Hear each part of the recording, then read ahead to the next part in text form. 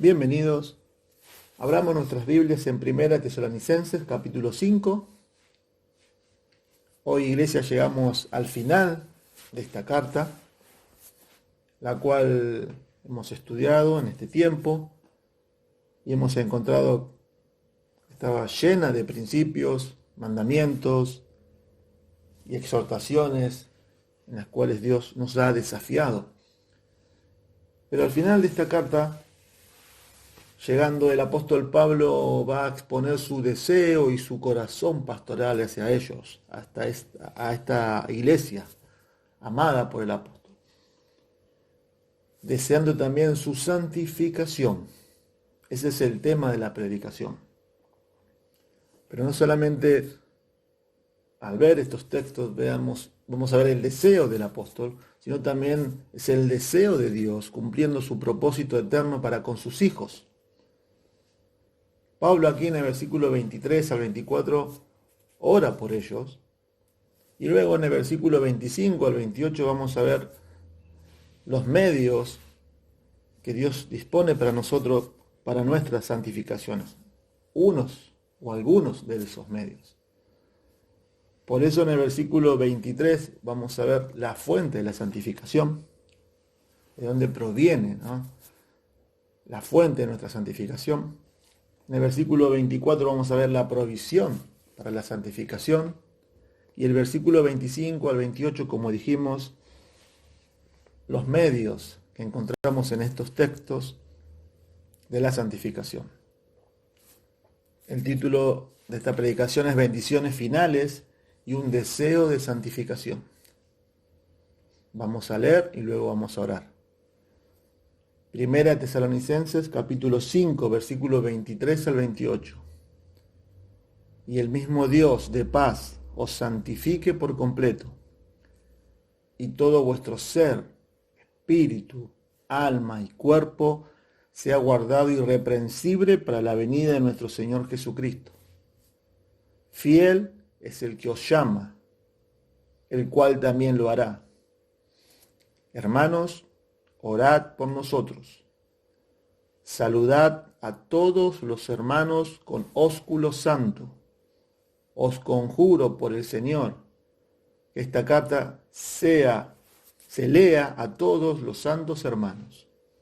La gracia de nuestro Señor Jesucristo sea con vosotros. Amén. Padre, gracias te damos. Terminamos una nueva carta, Señor, que hemos comenzado a estudiar. Pero, Señor, nuestra oración es que desde que comenzamos hasta hoy, Señor, nos lleve a una revisión de dónde estamos parados, Señor. Cómo estaba cuando comenzamos esta carta y cómo está mi corazón cuando hoy termine, Señor. Una examinación cada día que nos lleva, Señor, como vamos a ver hoy, al propósito eterno de la salvación, que es ser semejantes a la imagen de tu Hijo. Utiliza a tu siervo, Señor, y que tu poder, Señor, se perfeccione en mi debilidad. En el nombre de Jesús, amén. Bueno, hermanos, vamos a ver el versículo 23. Como dijimos, vamos a ver la fuente de la santificación. Pablo aquí, como dijimos recién en la introducción, se despide de estos hermanos exponiendo el deseo de él. Pero también vemos en el texto que es una oración que él está haciendo por ellos. Al hacerlo expone el deseo de Dios para cada creyente, para usted, para mí y para vos. Pero empieza mostrando el agente de la santificación. O sea, ¿quién la produce? Y es la persona de Dios. Y también esto se conecta con los versículos anteriores, como vimos del versículo 16 al versículo 22. Estad siempre gozosos, orad sin cesar, dad gracias en todo, porque esta es la voluntad de Dios para con vosotros en Cristo Jesús. No apaguéis el espíritu, no menosprecéis las profecías, examinadlo todo, retened lo bueno, absteneos de toda especie de mal. Todo eso como vimos el domingo pasado. Pero la conexión que vemos del versículo 23 con esos versículos es que necesitamos de Dios. No podemos cumplir todos esos mandamientos con nuestras fuerzas. La palabra santifique viene del versículo 23, y el mismo Dios de paz os santifique por completo, y todo vuestro ser, espíritu, alma y cuerpo sea guardado irreprensible para la venida de nuestro Señor Jesucristo. La palabra, como dijimos ahí, santifique, significa apartar o separar del pecado a la santidad. Y hermanos, el concepto de la santificación es uno de los más enseñados por Dios a lo largo de toda la vida. Yo le di una pequeña definición para que entendamos de lo que estamos hablando, de la santificación progresiva, de la santificación experimental, como uno llama, de la santificación continua.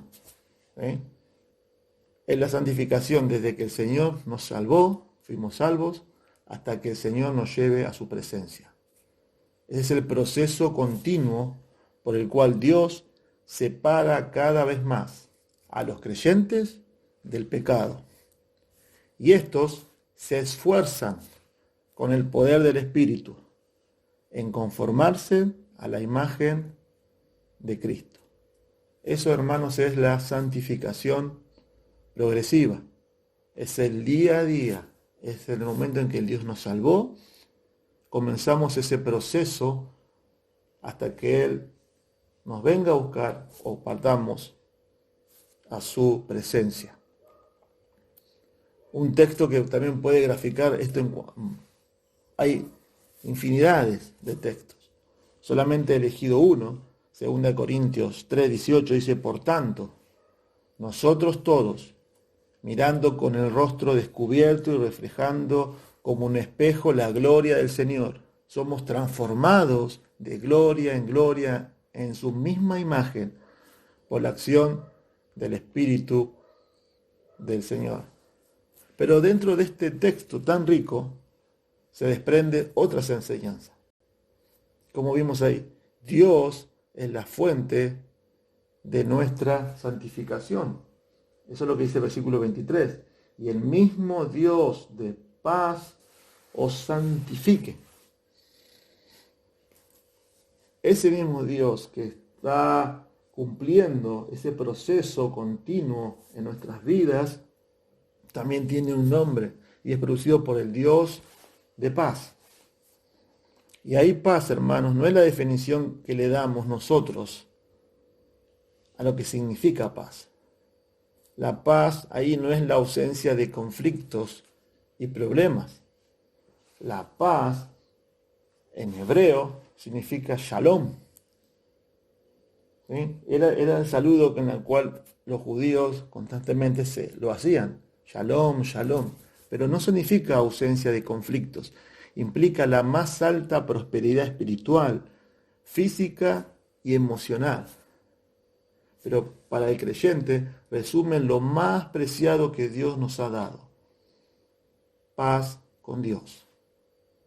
Y esa paz es producto de que hemos sido reconciliados con Dios por medio de Jesucristo. Eso es el Evangelio. Dios, hermanos, no está interesado en darnos una santificación, no solo en una área de nuestras vidas, sino que eso debe ser absoluta y completa. Y miren ahí, el texto sigue y nombra dos absolutos: completo y todo. Y el mismo Dios de paz os santifique por completo. Eso es un absoluto. Y todo, para reforzar la idea, vuestro ser, espíritu, alma y cuerpo sea guardado irreprensible para la venida de nuestro Señor Jesucristo. Por completo es una palabra compuesta en el original, significa por todas partes. Esa es la idea, de que el proceso que Dios ha comenzado desde el momento de la salvación, el proceso de la santificación, sea por todas nuestras partes. Eso es lo que está diciendo el texto. ¿Sí? La idea es que esta santificación que Dios está haciendo en nosotros, ninguna parte de nuestro ser, sea interior y exterior, quede afectada. Por eso sigue, y todo vuestro ser, espíritu, alma y cuerpo. Lo que aquí Pablo, hermanos, no quiere enseñar, vuelvo a reiterar, no quiere enseñar, es la composición del hombre. A ver si me explico bien. Es cuántas partes está compuesto el hombre. Vieron que usted ahí dice espíritu, alma y cuerpo. Como que ven, dice que tiene 3 partes. Bueno, eso era una enseñanza griega. ¿Sí? Recuerden que Tesalónica estaba en la zona greco-romana. ¿Sí? Tenía toda la influencia griega. Pero lo que la Biblia enseña, por eso no nos vamos a meter mucho en esto, pero es bueno aclararlo, es que el hombre, Dios lo creó con una parte inmaterial y otra parte material. Cuando Dios creó a Adán, lo creó del polvo, formó su parte física y luego le dio aliento de vida. En las Escrituras, varias veces vamos a encontrar que la palabra alma y espíritu son intercambiables. ¿Sí? Pero lo que el texto está diciendo, y Pablo de lo que deseo y está pidiendo en esta oración, es una santificación total para ellos, completa, que abarque todas las partes de nuestras vidas. ¿Sí? Ese es su deseo, esa es su oración. Y se está refiriendo no solo a santificar nuestras palabras o acciones, sino también nuestras motivaciones y pensamientos. A eso es lo que está apuntando cuando dice espíritu, alma y cuerpo. Quiero poner un ejemplo para que podamos entender esto. ¿Sí? Muchas veces podemos hacer acciones externas y que son buenas y piadosas, que la Biblia nos manda hacer, como orar y leer la Biblia. Pero si no son con unas buenas motivaciones, esas acciones con malas motivaciones, luego se transforman en acciones pecaminosas. Los fariseos oraban, los fariseos ayunaban, los fariseos ofrendaban. Y ante los ojos de todos parecían buenas acciones y que agradaban a Dios. Pero sus motivaciones no eran buenas. Y Mateo 6 habla de eso. Sus motivaciones eran para ser vistos por los hombres. Esas acciones con malas motivaciones luego se transforman en acciones pecaminosas. Es por eso que Dios, acá en este texto, en el versículo 23, el deseo de Dios y el deseo del apóstol Pablo para esta iglesia y el deseo de Dios para nosotros es que seamos santificados, que Él nos santifique por completo en todas las áreas de nuestro ser. Bueno, ahí también sigue el texto, dice, sea guardado irreprensible para la venida de nuestro Señor Jesucristo. ¡Wow! Otra vez aparece la palabra irreprensible. Dice, bueno, pero ¿cómo vamos a ser guardados irreprensibles hasta la venida de Cristo? Esto parece imposible. No, pero la esencia es que Dios no dejó la santificación a un ángel o a un pastor. No delegó eso. A un ángel, a un pastor, a una iglesia. No. Esta es la meta de Dios. ¿Sí? La idea es ir en pos de la semejanza de Cristo. Ese es el estándar. ¿Sí? Aquí se fusiona, hermanos, el equilibrio maravilloso del esfuerzo diligente del creyente y del poder divino presente en cada aspecto de nuestra santificación. Claro, porque podemos tener la idea, bueno, pero ¿Cuál es la fuente de nuestra santificación? Es Dios. Entonces, si Dios cumple ese proceso en mi vida, ¿qué parte tomo yo? ¿Soy parte pasivo? ¿No tengo que hacer nada? No, no, no. La Biblia no dice eso. La Biblia en innumerables versículos enseña que nosotros debemos esforzarnos en el poder del Espíritu Santo y con el poder divino de Dios cumple el propósito de nuestra santificación. Irreprensible, hermanos, ahí no es perfección, sino habla de un comportamiento y carácter que debe evidenciar mi vida hasta la venida de Cristo. En esta carta, la venida de Cristo se nombró 4 veces y siempre está asociado a la irreprensibilidad del creyente, o sea, a la conducta. La idea es que mientras espero su venida, me santifico en el poder de Dios.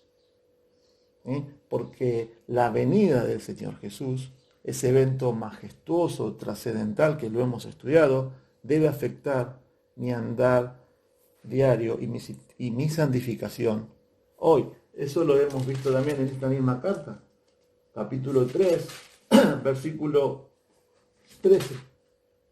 Primera Tesalonicenses 3:13 dice, para que sean afirmados vuestros corazones irreprensibles en santidad. Ahí está la conexión. Delante de Dios, nuestro Padre, en la venida de nuestro Señor Jesucristo, con todos sus santos. En la semana a leer toda la carta de vuelta. Yo no sé si usted se dio cuenta, y le animo a que lea de vuelta la carta. Primera Tesalonicenses, y también lea segunda, que es la que vamos a comenzar la semana que viene, Dios mediante. Va a ver el énfasis de Pablo, que Pablo les ha dejado en esta carta para la santificación de esta iglesia. Solamente voy a tocar algunos textos de esta carta, no voy a ir a otra, para que entendamos la prioridad, el énfasis que el apóstol Pablo le quería dar a esta iglesia en cuanto a su santificación, pero también es el deseo de Dios. Primera Tesalonicenses 2:10. Vosotros sois testigos, y Dios también, de cuán santa, justa e irreprensiblemente nos comportamos con vosotros los creyentes. Pablo ahí está hablando de su vida, de cómo él se comportó, ¿recuerdan? Delante de ellos y cómo fue su conducta. Dice, fue santa, justa e irreprensiblemente. Nos comportamos con ustedes, los creyentes. Pablo también entendió el proceso de santificación en su propia vida. Y siendo él el pastor de ellos, el líder, el fundador de esta iglesia, dejó impregnado un ejemplo humano a seguir. 2:12. Y os encargábamos que anduviésemos como es digno de Dios, que os llamó a su reino y gloria. Vieron, habla ahí otra vez del andar como es digno de Dios. Sigamos, 3:13, recién lo he leído, pero lo leo de vuelta. Para que seáis afirmados vuestros corazones, irreprensibles en santidad delante de Dios nuestro Padre, en la venida de nuestro Señor Jesucristo, con todos sus santos. 4:3, pues la voluntad de Dios es vuestra santificación, que os apartéis de fornicación. 4:4, que cada uno de vosotros sepa tener su propia esposa en santidad y honor. 4:7, pues no nos ha llamado Dios a inmundicia, sino a santificación. Y luego también el texto que estamos leyendo y estamos estudiando, 5:23. Y el mismo Dios de paz os santifique por completo, y todo vuestro ser, espíritu, alma y cuerpo sea guardado irreprensible para la venida de nuestro Señor Jesucristo. Una y otra vez, una y otra vez, una y otra vez. Y lo interesante, hermanos, que esta iglesia, a lo largo que vimos, desde el capítulo 1 al capítulo 5, Era una iglesia que estaba caminando bien. Era una iglesia que estaba haciendo ejemplo en la región. Recuerden, Macedonia y Acaya. No era la iglesia de Corinto.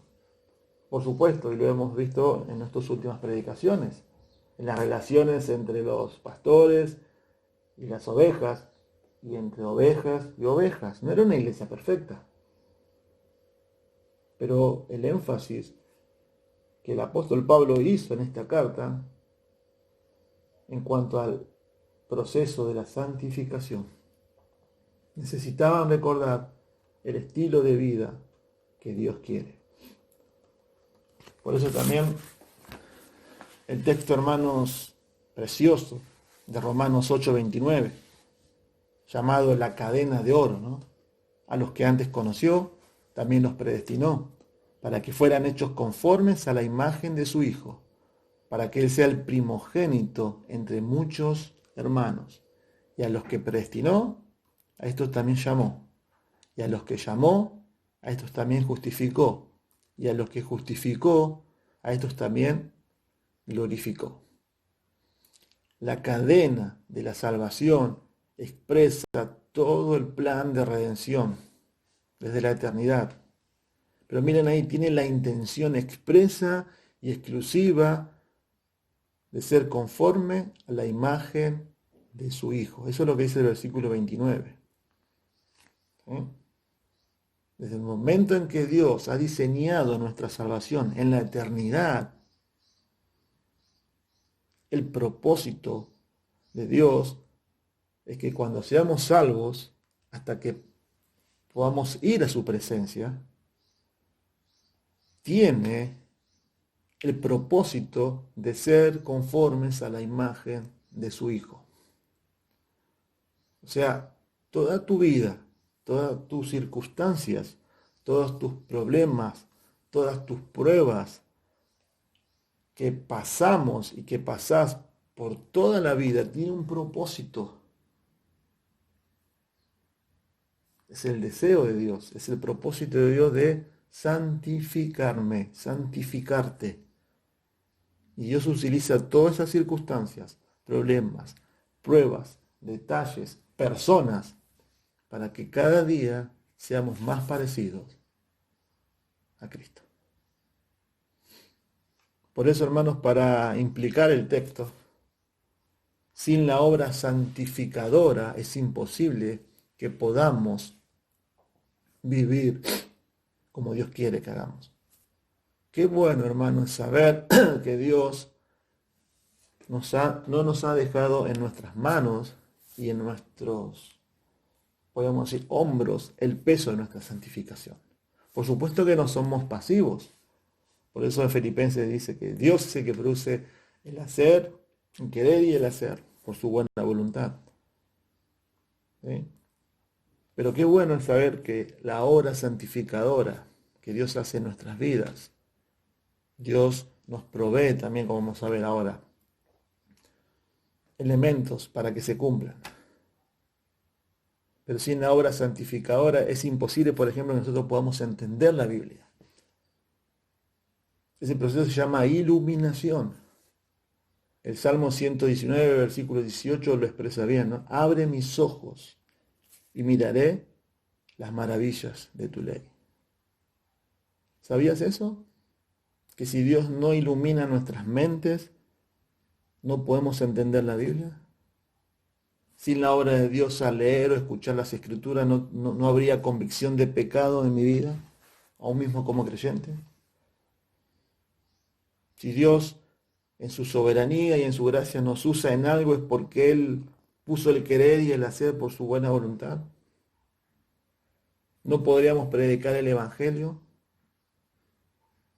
ya que tampoco, si no dependemos de la guía y el denuedo que Dios nos da para hacerlo, aún de nuestras imperfecciones. Y miren esto, ¿no? Que si la fuente de la santificación es Dios mismo, y Dios nos provee de elementos, de su iluminación, de su palabra, y aún así seguimos pecando y seguimos teniendo heridas en nuestras almas. Por eso es, hermanos, la dependencia total y absoluta de Dios. Dios es el que produce la santificación en nuestras vidas. Pero en el versículo que sigue, el versículo 24, vamos a ver lo que Dios promete y ofrece para que esto se lleve a cabo. La provisión de la santificación. Versículo 24. Fiel es el que os llama, el cual también lo hará. La provisión de la santificación es su fidelidad. Este texto, a simple vista, y de hecho, y dicho de una manera muy sencilla, breve, pero quiero llevarte, hermanos, seguramente lo estás viendo ahí, a que puedas entrar en la atmósfera del texto y trates de captar el corazón humano de quien está escribiendo, que es el apóstol Pablo. Y también te animo a hacer eso cuando leas la Biblia, que te metas en la atmósfera y que te metas un poco en la piel de la persona que está escribiendo. Aquí lo que sale a relucir en este texto, breve, sencillo, es un hombre que conoce a Dios por experiencia. ¿Se entiende?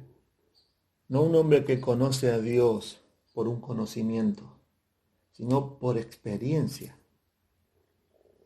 Pablo está orando por ellos. Recuerden, ¿sí? Pero no está confiando en la capacidad de ellos, no está confiando en las habilidades que pueda tener esta iglesia preciosa, no está confiando en los dones que esta iglesia y estos hermanos puedan desarrollar,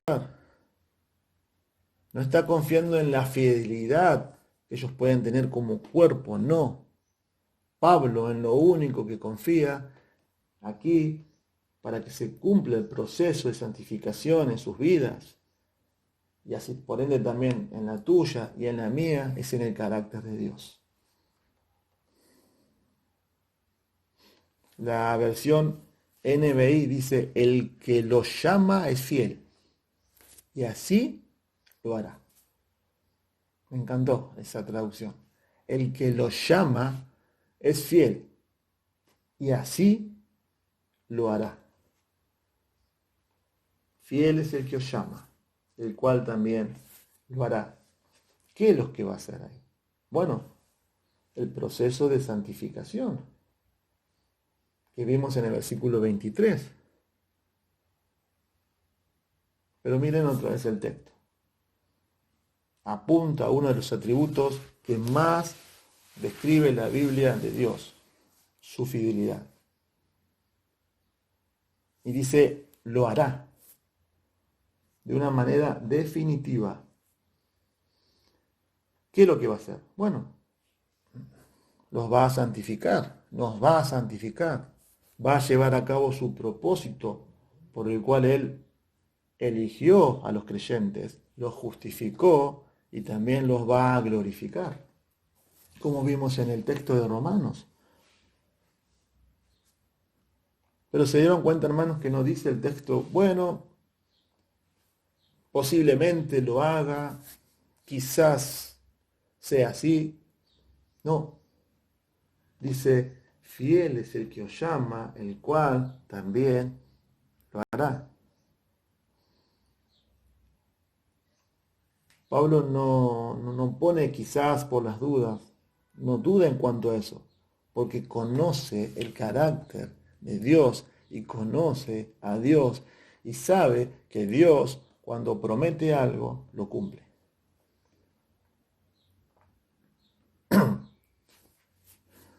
Pablo comienza diciendo eso. Dios, hermanos, nunca comienza algo y no lo termina. Eso es increíble en las Escrituras. Hermanos, Dios no se desalienta. O a Dios no le faltan fuerzas. o se debilita. Vuelvo a reiterar, Dios nunca comienza algo y no lo termina. Él acá está prometiendo que Él va a terminar su obra. El texto de Filipenses 1:6, ¿no? Que muchos sabemos de memoria. Y estando persuadido de esto, que el que comenzó en vosotros la buena obra, no la obra, la buena obra, la perfeccionará hasta el día de Jesucristo. Pablo les dice a esta iglesia que Dios no solo llama, sino que nos santifica. No solo promete, sino que cumple lo que Él promete. El Dios que llama es el Dios, el cual Él es el que, el Dios que llama es el Dios que traerá a sus hijos a la gloria eterna y ninguno se perderá. Qué preciosa promesa, qué preciosa provisión, que es la fidelidad misma de Dios. ¿Sí? Por eso, hermanos, la santificación es un proceso continuo. No es un día y ya está, son todos los días. ¿Sí? En la salvación. Dios colocó la semilla de la justicia en nuestros corazones y Él de su voluntad nos hizo nacer por la palabra de verdad. Eso no quiere decir que no vamos a pecar nunca, sino que su patrón de vida, de pecado, irá disminuyendo día a día en nosotros y el patrón de santidad se irá evidenciando cada vez más. ¿Se imaginan? Vuelvo a reiterar, ¿no? Quiero que también tengan este concepto. Si Dios pusiera todo el peso y la responsabilidad en nosotros, de nuestra santificación, es como que pongamos a un chico de 6 años, el peso de ocuparse de toda la casa, de pagar las cuentas, de limpiar, de que la casa no se caiga. No lo puede hacer. Qué bueno es que la obra que Dios empieza, Él se va a encargar en terminarla. Como decía Pablo, Él cumplirá su propósito en mí. La implicación de esto, hermanos, es de que su fidelidad, su carácter, está a mi alcance en este proceso. Porque Él lo va a cumplir. Pero en este peregrinaje que tenemos, que se llama vida, Hebreos habla de eso. Él va a usar circunstancias, personas, motivos, buenos y malos, muchas veces también, para santificarnos más. Y realmente eso es para que nosotros veamos realmente lo que hay en mi corazón, para que Dios vaya limando asperezas, limpiándonos. Y ese es el proceso que muchas veces en nuestras vidas duele y cuesta. Les pongo solamente 2 ejemplos de personajes bíblicos. Pedro no sabía que había cobardía y orgullo en su corazón hasta que lo negó. Y Dios fue moldeando su vida, Dios fue transformando su vida. Y en ese proceso el Señor le advirtió: Simón, Simón, Satanás os ha pedido para ser rendeado como a trigo, pero yo he rogado por ti para que tu fe no falte, y una vez vuelto, confirma a tus hermanos. No, Señor, no te negaré, iré hasta la muerte contigo. Y Dios usó circunstancias, personas, para sacar lo que había en el corazón de Pedro. Pero fue transformándolo. Y después vemos en Hechos capítulo 2, Pedro valiente, animado, predicando el sermón ahí en Pentecostés, usado por Dios. También leyendo en la semana del Antiguo Testamento a Moisés y Aarón, Aarón no sabía que en su corazón había idolatría hasta que formó el becerro de oro. Y Dios usó muchas circunstancias para poder evidenciar lo que había en su corazón. También lo vemos luego con su hermana María teniendo celos y envidia de Moisés. O sea, Dios en el proceso de la santificación va a usar lo que Él tenga que usar, pero también no para que Él sepa, sino para que nosotros, hermanos, sepamos lo que hay en nuestro corazón y que Dios vaya moldeando y transformando. Y como vimos recién otra vez, el propósito final de nuestra salvación es ser semejantes a la imagen de su Hijo. Hermanos, Dios no es un Dios cínico que quiere todo lo malo para nosotros y que quiere que suframos, no, sino que promete su fidelidad y su misericordia cuando aún mismo vemos lo que hay en nuestro corazón y caemos y nos arrepentimos. Pero vamos a ver ahora versículo 25 al 28, los medios. Dios es el agente de la santificación. Dios provee su fidelidad también en este proceso de la santificación. Pero también Dios utiliza medios para la santificación. Versículo 25 al 28. Hermanos, orad por nosotros. Saludad a todos los hermanos con ósculo santo. Os conjuro por el Señor que esta carta se lea a todos los santos hermanos. La gracia de nuestro Señor Jesucristo sea con vosotros. Amén. Aquí Pablo, luego de la oración de los versículos 23 y 24, porque Pablo está orando por ellos, no sé si se observaron, no está hablando de orar por ellos, que es lo que recién vimos, sino que en el versículo 25, él pide que oren por él y por ellos, por nosotros, o sea, por sus colaboradores también. O sea, para santificarme, debo orar a Dios.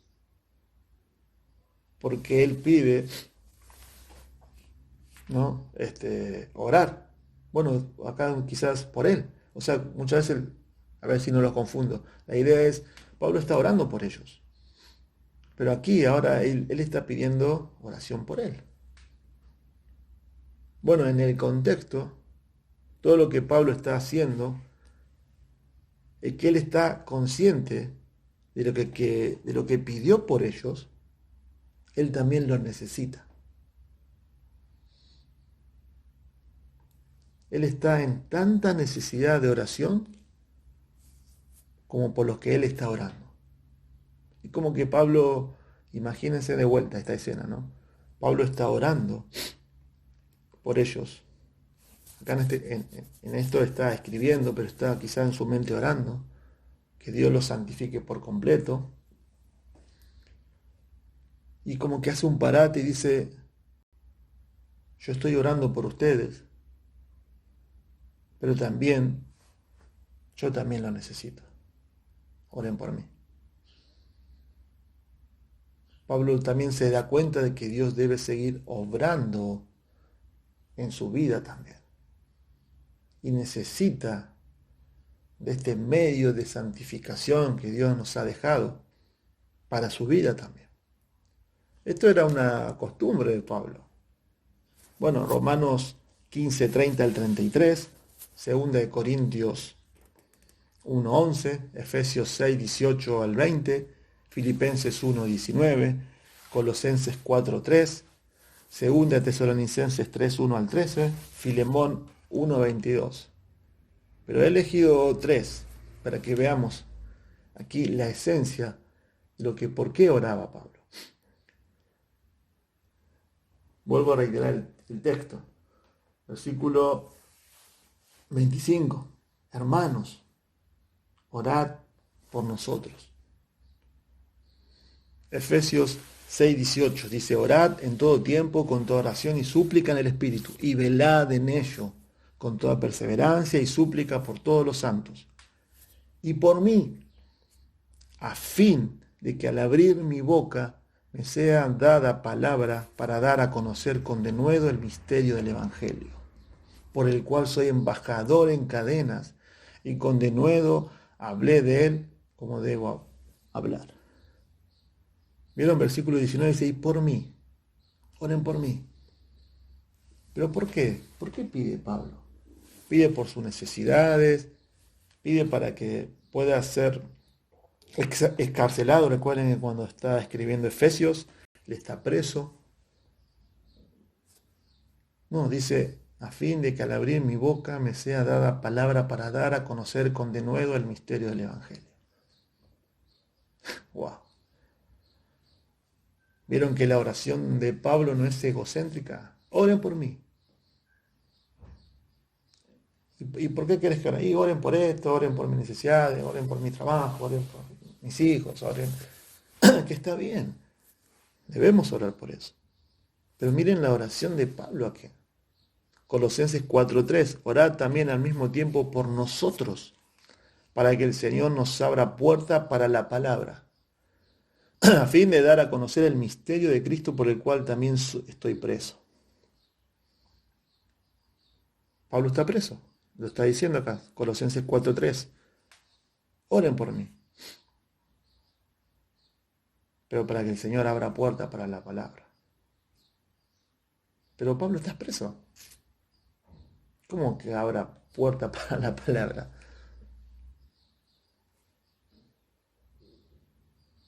Pablo siempre tenía en mente el predicar el Evangelio.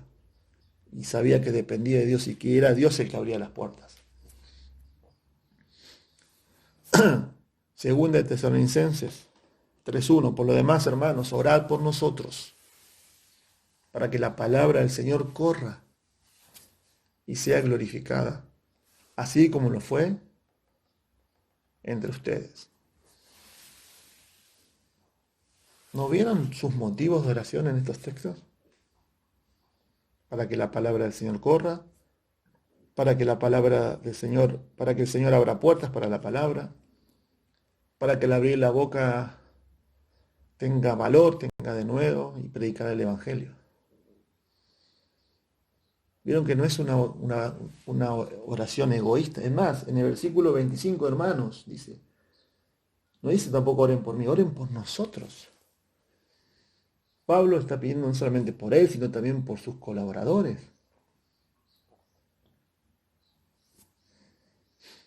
Entendía que también ellos necesitaban de orar por ellos, de interceder por ellos. Hermanos, la mejor manera de que una iglesia pueda ayudar a sus pastores es orando por ellos. Está bien orar por sus necesidades, está bien orar por trabajo, porque lo necesitamos y Dios conoce nuestras necesidades. Pero qué bueno es esto, ¿no? Oren por mí. Oren por mí. Y yo esto quise llevarlo a mi vida como ejemplo y siempre estoy compartiendo con hermanos, más cuando debemos predicar. Ora por mí, ora por mí, ora por mí. Quiero hacer una práctica de esto también. Spurgeon, cuando era visitado en su iglesia, se llamaba el Tabernáculo Metropolitano. Existe hoy en día, está en Inglaterra. Dice que él lo llevaba a pasear, a conocer el edificio, ¿no? Pero siempre lo llevaba al sótano de la iglesia. Y cuando lo llevaba al sótano, a las personas que querían conocer a él y a su iglesia, le mostraba el sótano de la iglesia y dice que ahí siempre había, todos los días de la semana, hermanos y hermanas orando. Y cuando él le abría el sótano, dice, miren, ese es el éxito, entre comillas, de mi ministerio. El príncipe de los predicadores. Personas que todos los días interceden por nosotros.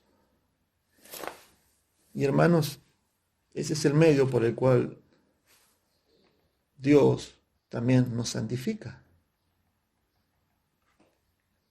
Me llamó también la atención otra vez la palabra hermanos. 14 veces Pablo menciona en esta corta carta, porque son 5 capítulos, esta palabra. Me habla de la cercanía que él sentía por ellos, a pesar de que estaba lejos físicamente. Pero también se pone a su altura, ¿no? Hermanos. La idea acá, ustedes deben hacer eso por sus pastores, y los pastores, o sea, nosotros debemos hacer eso por ustedes, orar e interceder. Porque si no, hermanos, ¿quién lo va a hacer?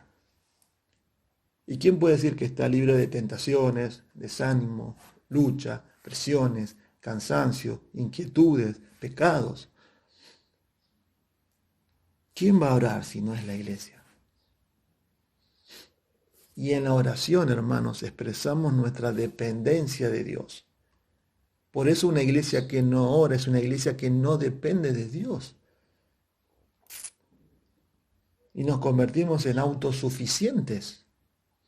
Y por eso es el énfasis muchas veces de la reunión de oración. Ahora mismo no nos podemos reunir para orar en el salón. Pero muchas veces ni siquiera oramos en nuestras casas. Y en este versículo y en este contexto me dice que la oración es un medio que Dios dispone para nuestra santificación. Dios es el agente de nuestra santificación, pero Dios usa medios para nuestra santificación. Y uno de ellos es la oración. Pero miremos el versículo 26, veamos una de las manifestaciones también de nuestra santificación completa, por la cual Pablo acá está pidiendo. Versículo 26 dice, saludad a todos los hermanos con ósculo santo. Bueno, Pablo varias veces hace también esto en otras cartas. Romanos 16:16, saludaos los unos a los otros con beso santo. Os saludan todas las iglesias de Cristo. Para los que quizás no entienden y no saben, ósculo es un beso. 1 Corintios 16:20, os saludan todos los hermanos, saludaos los unos a los otros con beso santo. Yo, Pablo, escribo esta salutación de mi propia mano. 2 Corintios 13:12, saludaos unos a otros con ósculo santo. Todos los santos saludan. La gracia de nuestro Señor Jesucristo, el amor de Dios y la comunión del Espíritu Santo sean con todos vosotros. Amén. Interesante eso. En el contexto del beso está el saludo, está la gracia, está el amor, está la comunión del Espíritu Santo. Hermanos, esto era algo de la época, el saludo, ¿no? Bueno, en todas las épocas se saludan, pero esto era algo típico. Miren, un autor dice, en la iglesia primitiva los hombres se besaban entre ellos en la mejilla y las mujeres se besaban entre ellas de igual manera. Los cristianos se besaban también cuando celebraban la cena del Señor. Con el tiempo, en algunos sitios, hubo la costumbre de que los hermanos besaban también a las hermanas, en el paso del tiempo.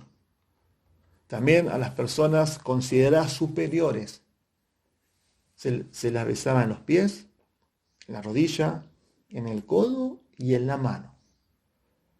Por eso también vemos a muchas personas cuando van a Jesús, le besan los pies y las manos porque consideraban una persona superior. También dicen que los amigos se besaban en la mejilla. De ahí también está el famoso beso de ¿quién? De Judas. Judas con un beso entregas al Hijo del Hombre. Mostrando toda su hipocresía, ¿no? Pero aquí, hermanos, lo que se destaca, más allá del contexto cultural o histórico, que dice, saludad a todos los hermanos con ósculo, pero dice, no es un beso santo.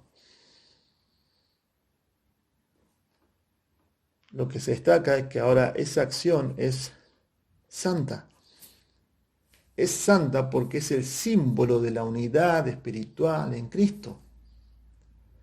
También eso significaba el sello del afecto cristiano, sentimiento de que los miembros de la familia espiritual abrigan los unos para con los otros. Pablo está diciendo que cuando Dios nos santifica, está apuntando aquí en este texto a qué clase de comunidad pertenecemos ahora. Era un símbolo de amor y afecto genuino entre los creyentes. ¿Ustedes se imaginan las primeras reuniones de las iglesias primitivas, lo que habrá sido? Recuerden que la mayoría también eran en casas. Y la idea acá era que todos llegaban y todos se saludaban. Pero no tanto por lo que significaba en la cultura, sino por lo que apunta acá, a la comunidad a quien pertenecemos ahora, al símbolo del amor, al afecto genuino entre los creyentes. Era una muestra personal y espontánea del afecto practicada cuando se encontraban los creyentes. Esto debía hacerse con toda la actitud y sin prejuicios. ¿Recuerdan la membresía de esta iglesia? Había judíos, había griegos, había mujeres ricas, quizás había seguramente esclavos, también quizás había amos. Imagínense ahí un poco una reunión de esa iglesia. Imagínense que quizás el amo siempre lo saludaban con un beso en la mano, pero ahora debía saludarse con un beso con el hermano en la mejilla, porque ya no es más, es tu hermano. Deben dejar los prejuicios de lado.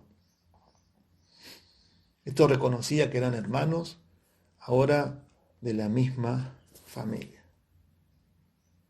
Pero sigue el texto, versículo 27, os conjuro por el Señor que esta carta se lea a todos los santos hermanos. En el original se traduce los pongo bajo juramento. Significa yo os conjuro. Los pongo bajo juramentos por el Señor. No llama, hermanos, tanto la atención la manera en que lo dice, ya que era costumbre también de esa época el reunirse para escuchar cuando llegaba una carta.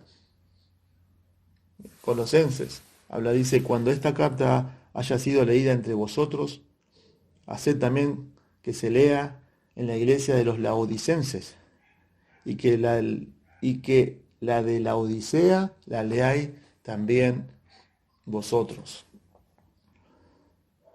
Lo que toma trascendencia es el tono que Pablo está dando. Él los está poniendo bajo juramento. ¿Por qué? Es porque esta carta no representa la opinión o el deseo de un hombre de Dios. Esta carta expresa el deseo, el corazón, la voluntad de un Dios santo, eterno, sabio, que ha revelado su palabra para su pueblo. Y ver la necesidad de urgencia que tienen cada vez que Dios quiere decirnos algo. El punto, hermanos, es eso. Es que Dios mismo quiere decirles algo. Por eso acá Pablo utiliza una frase de solemnidad. Los pongo bajo juramento por el Señor. Que esta carta se lee a todos los santos hermanos.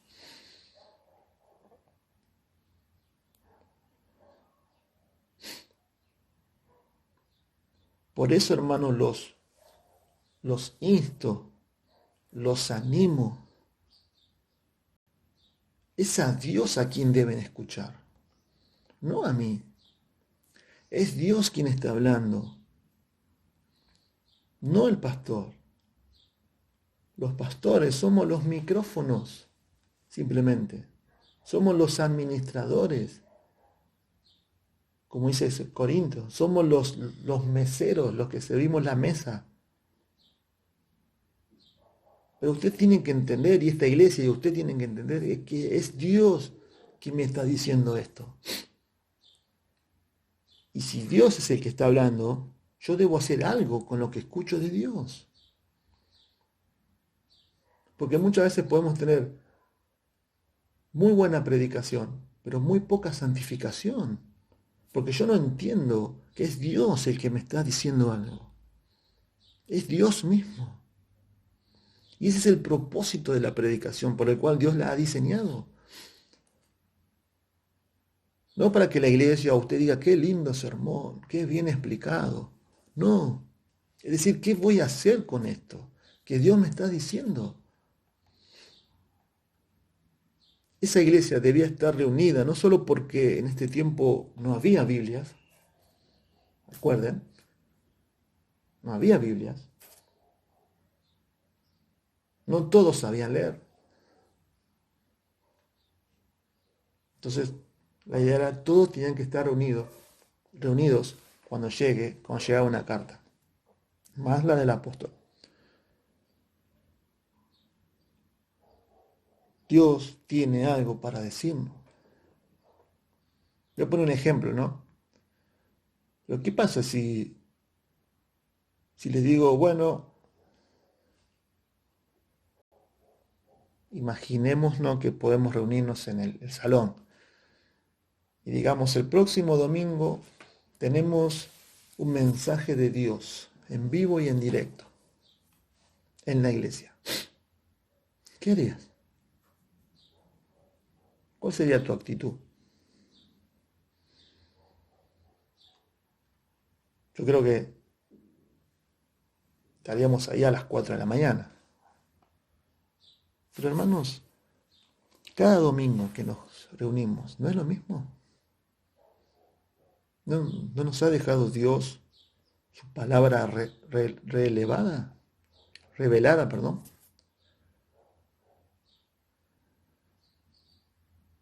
Nadie se debía quedar sin escuchar. Pablo les está dando el peso que tiene la palabra de Dios, que es el medio que Dios usa para santificarnos. Su palabra. En mi corazón he guardado tus dichos para no pecar contra ti. Santifícalos en tu verdad, porque tu palabra es verdad. ¿Qué importancia le damos a la palabra de Dios? Pero también acá se desprende la aplicación. ¿Qué hago con lo que escucho de Dios domingo tras domingo? Hoy al finalizar esta carta, ¿qué voy a hacer de lo que escuché del capítulo 1 hasta lo que estoy escuchando ahora? ¿O qué hice mejor? Es la pregunta. En el versículo 28, Pablo se despide de una manera paulina, ¿no? La gracia de nuestro Señor Jesucristo sea con vosotros. Amén. Eso era muy común en él también.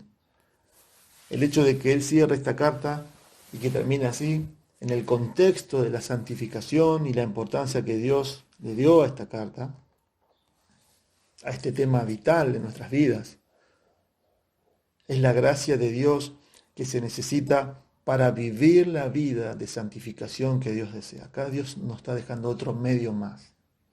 Que vimos la oración, la palabra, y es la gracia de Dios. Hermanos, la gracia de Dios no solamente es para salvación. Por gracia sois salvos por medio de la fe, y es verdad, por gracia somos salvos. Pero la gracia no solamente queda en la salvación, sino también que es un medio de santificación en nuestras vidas. Y Pablo lo explica así en Tito 2:11. La gracia de Dios se ha manifestado para salvación a todos los hombres. ¿Vieron? Ahí está. Ahí vemos las dos manifestaciones de la gracia de Dios. La gracia de Dios se ha manifestado ¿para qué?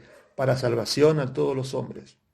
Y nos enseña que renunciando a la impiedad y a los deseos mundanos, vivamos en este siglo sobria, justa y piadosamente, mientras aguardamos la esperanza bienaventurada y la manifestación gloriosa de nuestro gran Dios y Señor Jesucristo.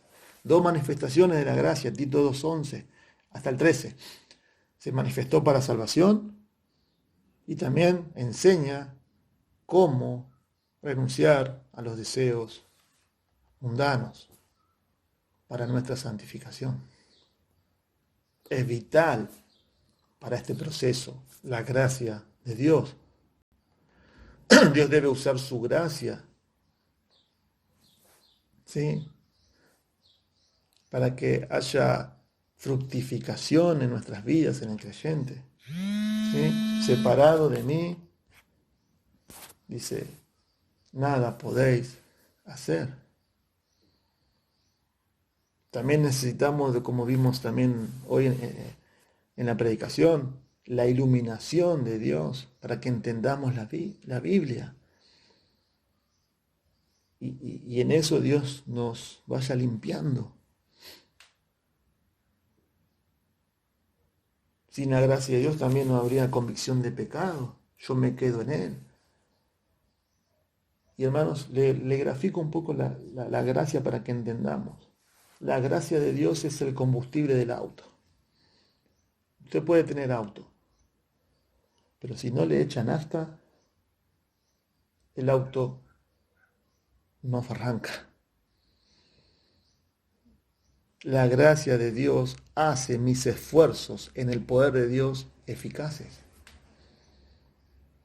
Si yo leo la Biblia y su gracia no obra, yo no la entiendo, debe obrar eso. Yo no me santifico, Dios no me usa para su gloria. Sin eso, yo no puedo arrancar. Por eso, hermanos, este es el broche de oro, ¿no? Pablo en Romanos, capítulo 16, versículo 24, dice, la gracia de nuestro Señor Jesucristo sea, no es fue, ¿vieron? Con todos vosotros. Amén. ¿Te imaginas el impulso de esta carta a esta iglesia cuando la leían? Dios me santifica, Dios provee su fidelidad para mi santificación, Dios me da medios para mi santificación, la oración, la palabra, la comunión, el afecto de la iglesia, el compañerismo y su gracia para vivir la vida que Dios quiere que vivamos.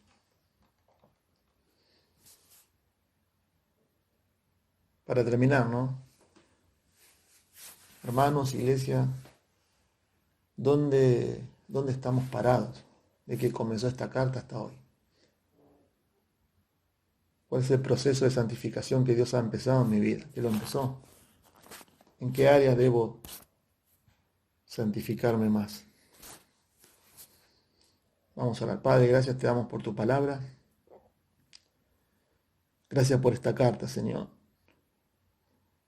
Y por todo lo que tú nos has enseñado, pero también, Señor, como vimos, qué es lo que tú, Señor, me muestras cada día y debo cambiar. Debo crecer, debo dejar, Señor. Padre, que mi vida refleje cada día el carácter de Cristo. Y si es así es porque tú estás obrando en mí, Señor. No mis fuerzas, no mis deseos, Señor, sino tú obrando en mí. En el nombre de Jesús. Amén.